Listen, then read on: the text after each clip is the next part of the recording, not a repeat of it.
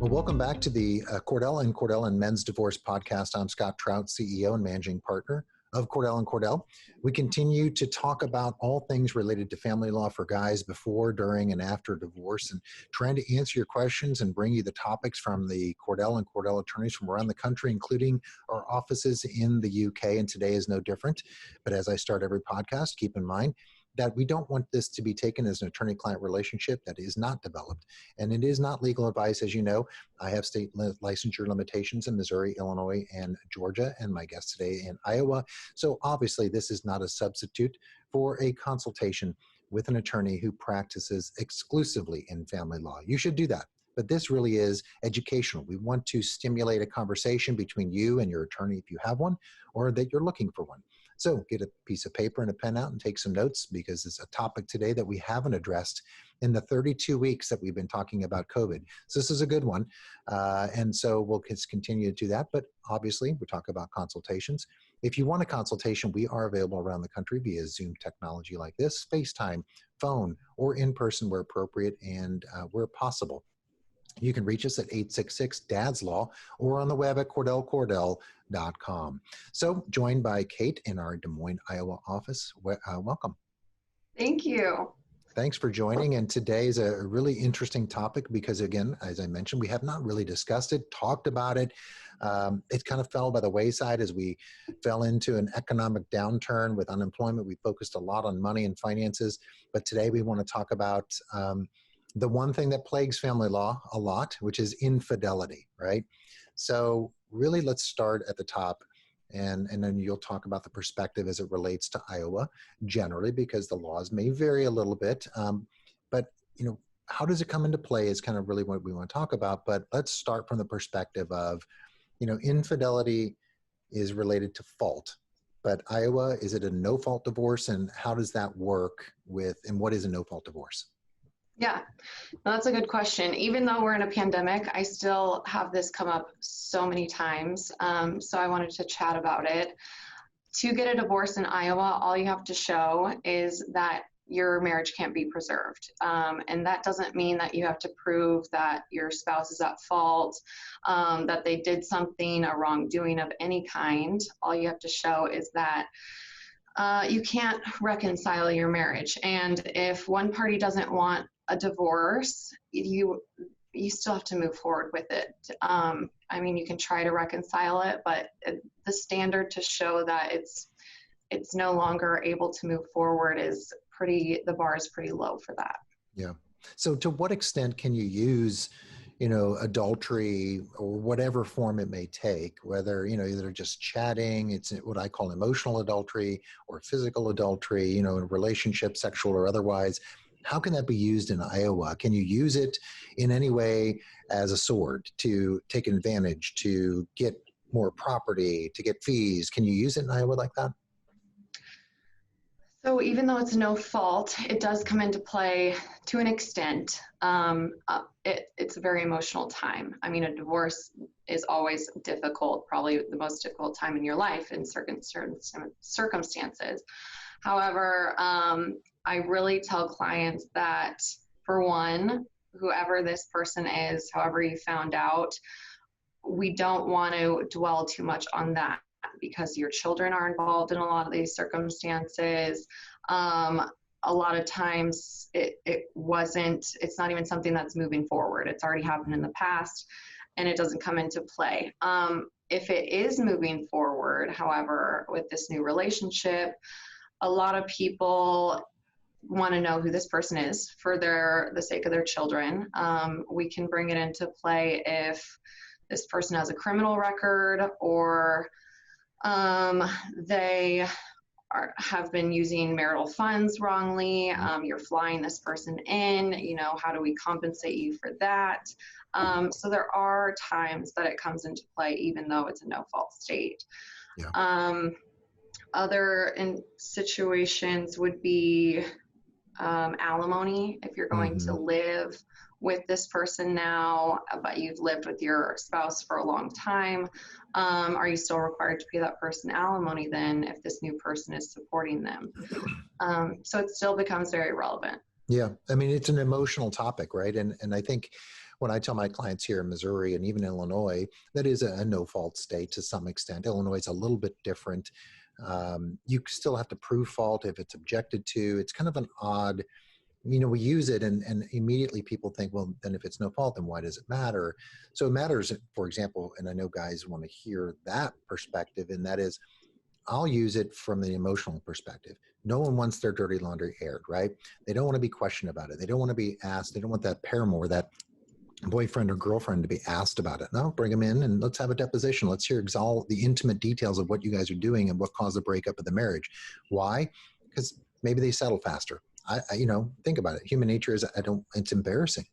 And so, but secondly, we use it here in Missouri, and I've used it in Illinois to get more property. There's some court cases that suggest that if you can prove that one party was guilty of the misconduct and it caused the breakup of the marriage unrelated to anything else, you can get a significant split.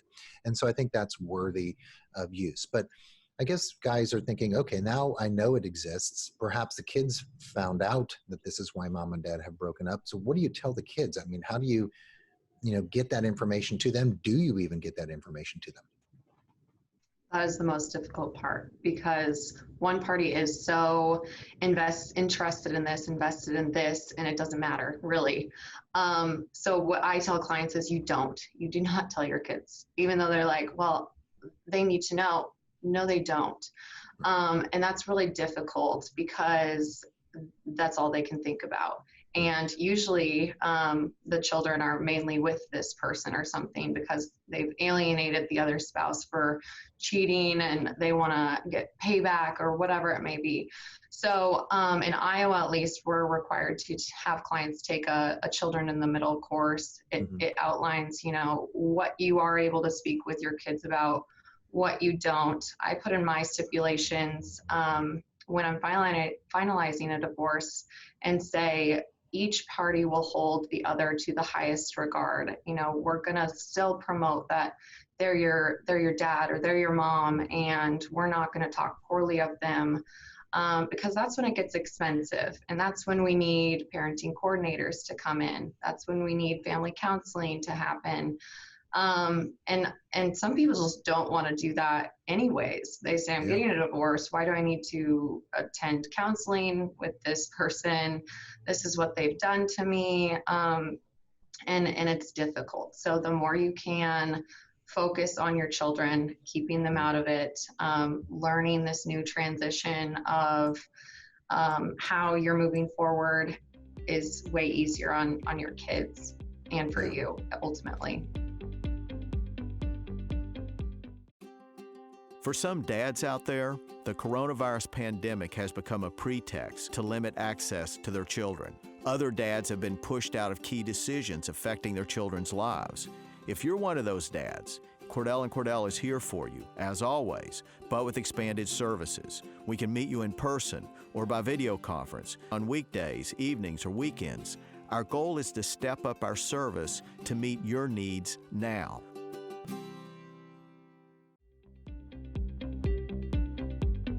Which also leads into, and I've had it, and I'm sure you've heard or had it as well, where a client comes and says, well, mom's new boyfriend is suspect. He's got a past. Either he's had some orders of protection from a previous relationship for domestic abuse, whether he's got a criminal record. I mean, I've even had some that had been convicted sexual predators, sexual crimes.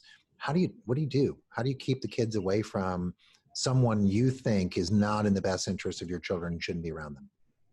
Yeah, and then I tell clients, well, then it's more relevant. And in Iowa, we have, I think every state you have, criminal records are public records. So you can look this person up. All you need is really their full name and their birthday, and you can see their criminal history. So clients will have me do that. And there's sex registries in every state, so you can look up and see if they're on there. And I do take those things in front of a judge and ask that when it is their parenting time, if they're going to continue to have a relationship with this person, that they not see them on the days that they have their children. And maybe that means that they get a very limited visitation schedule. In Iowa, typically the minimum is a 5-9 over 14 days. You could have 5 overnights, and usually that works. I mean, it's like a Wednesday and every other weekend that you're not seeing this person. People typically are okay with that, but if they want to fight it, you take a risk in court, going in front of a judge, trying to prove that this isn't going to happen in the future with this person or around your children. And that, in my opinion, is a difficult burden. States usually are reactive, not proactive, so they do wait typically until something happens. But when there's a showing on the court site, on the criminal site, sex offender site, that this has already occurred, then they're usually more reluctant to say, well, I need to wait until it happens in your situation. So it's up to the client, I guess, if they want to fight to have that person in their children's lives or not. Yeah. I know you mentioned earlier that it can affect alimony.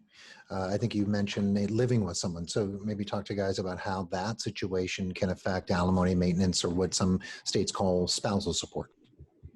Yeah.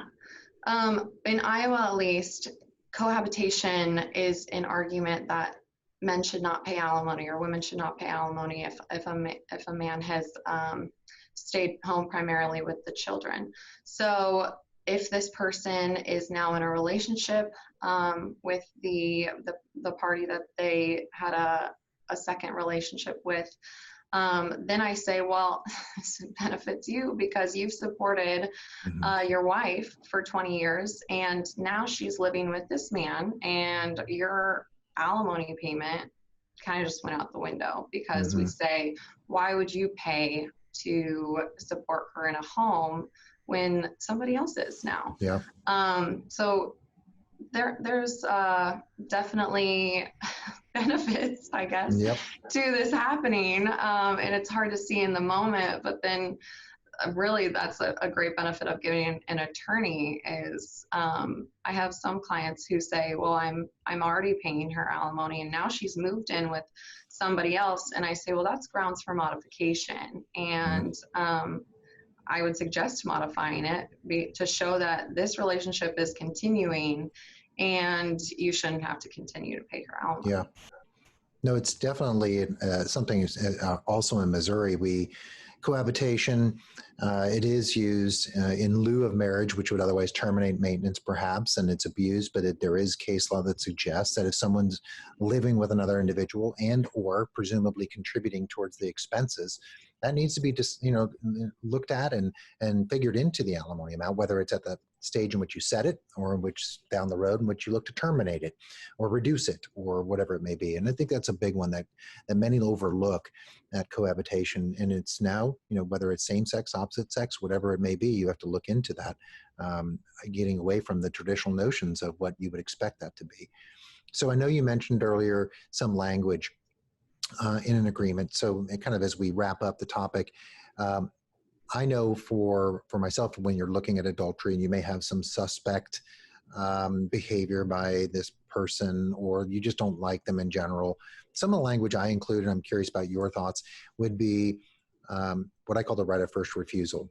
That in the event that, let's say, mom, who has a boyfriend that we don't like, that we don't think may have a checkered past, that says, in the event that mom, it's her time, but she's unable to watch the child or children, that she can't leave them with someone who's not related by blood or marriage, and they must come to dad. I think that helps protect, so that way, I see mom goes off or goes somewhere, goes to work, and I got boyfriend who I don't trust is watching my kids, and that would infuriate me. That's the kind of language I would use. There's plenty others. So what is your thought on that as we wrap up the topic? Yeah, no, I agree with you. Always tell your attorney who you're comfortable with. When the parties can agree on mutual people, I will put their names in the stipulation, and I'll say, grandma, mom, whoever is allowed. If none of them are available, then I get extra parenting time as dad. And we require that they say when they're not going to be able to watch their children for, whether it's over 24 hours or whatever time frame in there that we want to include, so that if they're not doing this, then you have options to file a contempt and maybe get more parenting time if you didn't originally get it. to show that they're not exercising the time that they were awarded or that we agreed to anyways. So a lot of times that can be, I mean, I always tell clients, mark on your calendar when you're taking additional time, because that's grounds for how we modify and show that if you want primary or you want shared care or more time, we show that you're already doing it. And that is really what is effective in front of a judge. Yep. And I mean, there's language, as you suggest, or there's individuals you don't want them to be with, or only particularly have that conversation. I mean, I've gone so far as to include provisions that, mom's boyfriend shall not be left alone with the child or children. And we don't just say boyfriend, we call them out by name. That way, in the event they get married, and there may be some questionable things, or they never shall be alone no matter what the situation, because I've had that as well, where really this guy should never be in a room alone with children. So it's a great conversation to have with your attorney. Kate, thanks so much for joining and filling guys in with some really interesting ideas and topics to have a conversation with their attorney about. So appreciate your time today. Thanks for having me. Yeah. So continue to tune in. We'll do this twice every week. Coming up in November, make sure to check out the virtual town hall that we've been doing during COVID for the last 32 weeks. It's an opportunity for you to log in live during a 1-hour session with a panel of Cordell and Cordell attorneys from around the country. You can ask questions, get answers right then, right there on the issues and topics that matter most to you. You can check out and register for the virtual town hall on our website, CordellCordell.com, or you can go to our YouTube channel where you can check out our past virtual town halls as well as podcasts like this and get more information.